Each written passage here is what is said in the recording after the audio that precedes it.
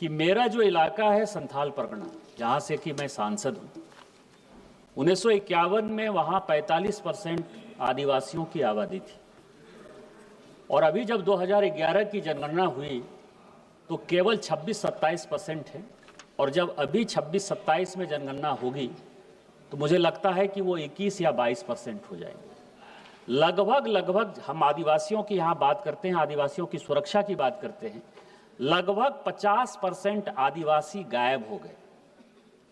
मुसलमान की आबादी हमारे यहाँ 9% थी, वो अब 24%।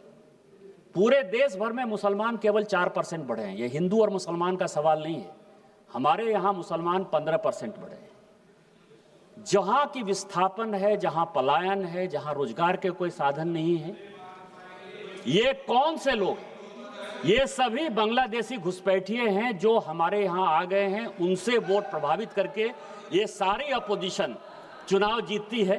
मेरा आपके माध्यम से आग्रह है कि ये जितना मालदा, मुर्शिदाबाद, कालियाचक, अररिया, किशनगंज, पूर्णिया, जहाँ मैं अभी इंचार्ज भी था, साहबगंज, पाकुड़, सबों के लिए जो है एक कोहेसिव प्लान बनाया जाए, बीएसएफ को पूरा अधिकार दिया जाए और एनआरसी लागू करके सभी बांग्लादेशी को घसीटकर जो है बाहर किया जाए। जय हिंद, जय भारत। माननीय सदस्य श्री विप्लव Kumar Dev ji.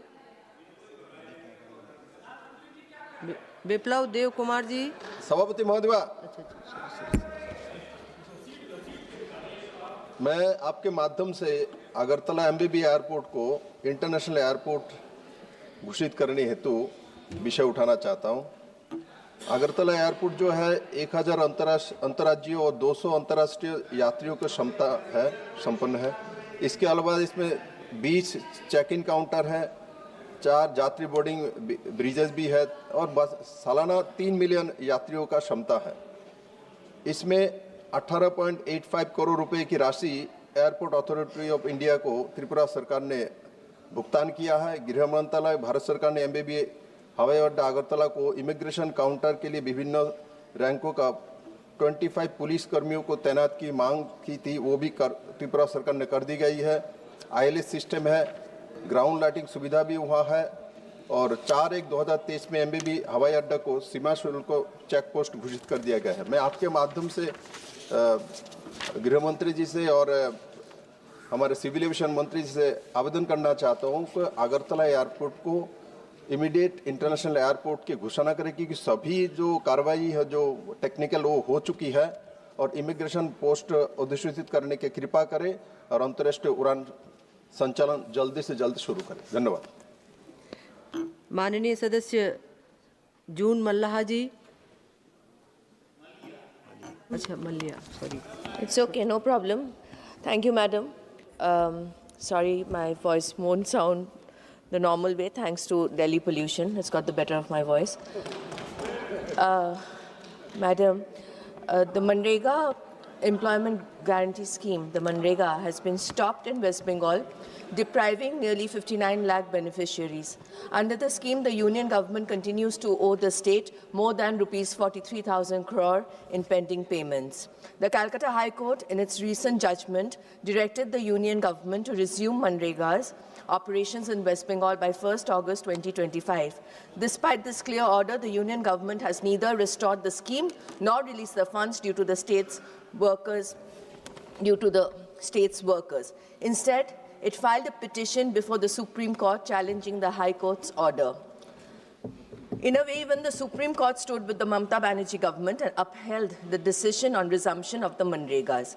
In total, the union government's outstanding dues across various commitments amount to nearly rupees 2 lakh crore, madam.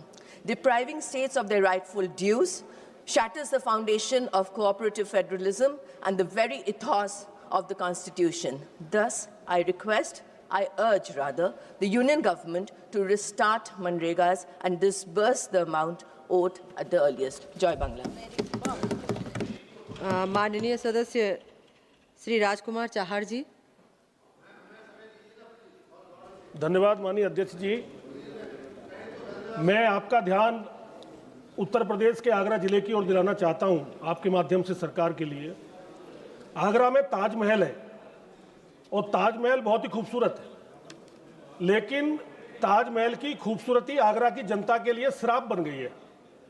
कारण यह है कि ताजमहल की खूबसूरती न चली जाए, इस कारण से ताज ट्रेपेजियम जोन, TTZ और NGT, TTZ और NGT के कारण आगरा में न उद्योग लग पाते हैं, न फैक्ट्रियां लग पाती हैं, और आगरा का नौजवान बेरोजगार घूम रहा है।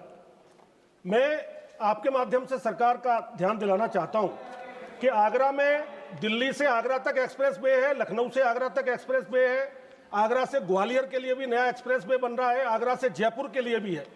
आगरा बहुत नजदीक है दिल्ली से।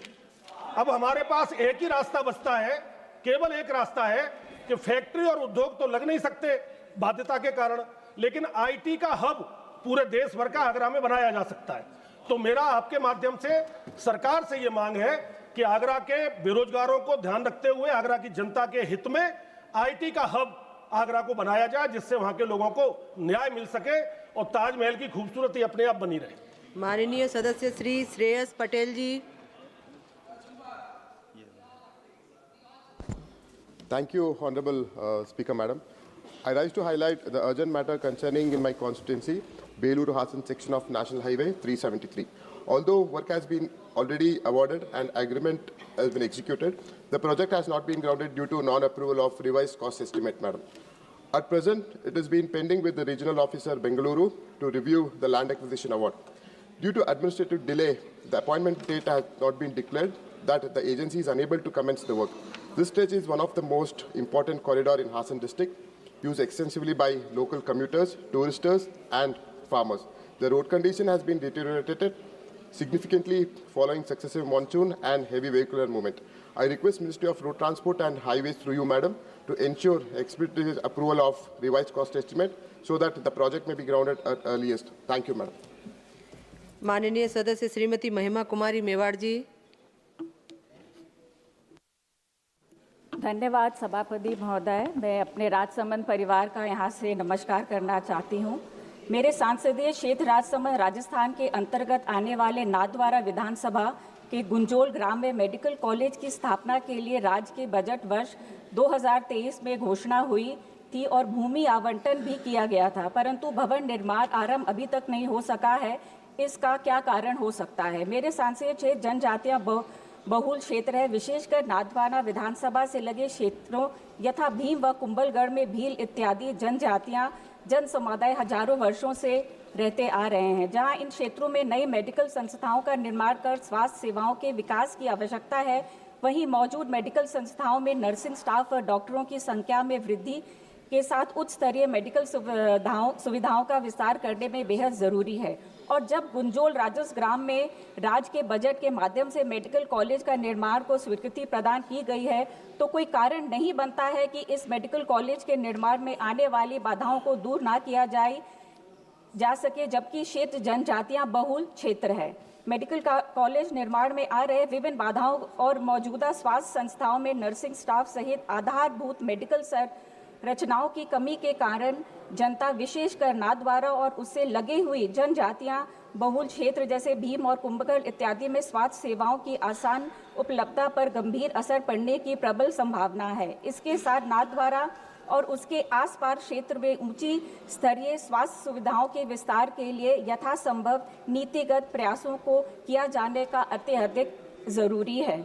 मेरा यही है कि ये कार्य जरूर किया जाए। बहुत बहुत धन्यवाद। माननीय सदस्य श्री राजीव राय जी। धन्यवाद मैडम, मौका देने के लिए। मैं आपका ध्यान अपने संसदीय क्षेत्र में सड़कों की जर्जर व्यवस्था के रूप में आकर्षित करना चाहता हूं। माननीय अध्यक्षा जी, हमारे यहाँ प्रधानमंत्री सड़क योजना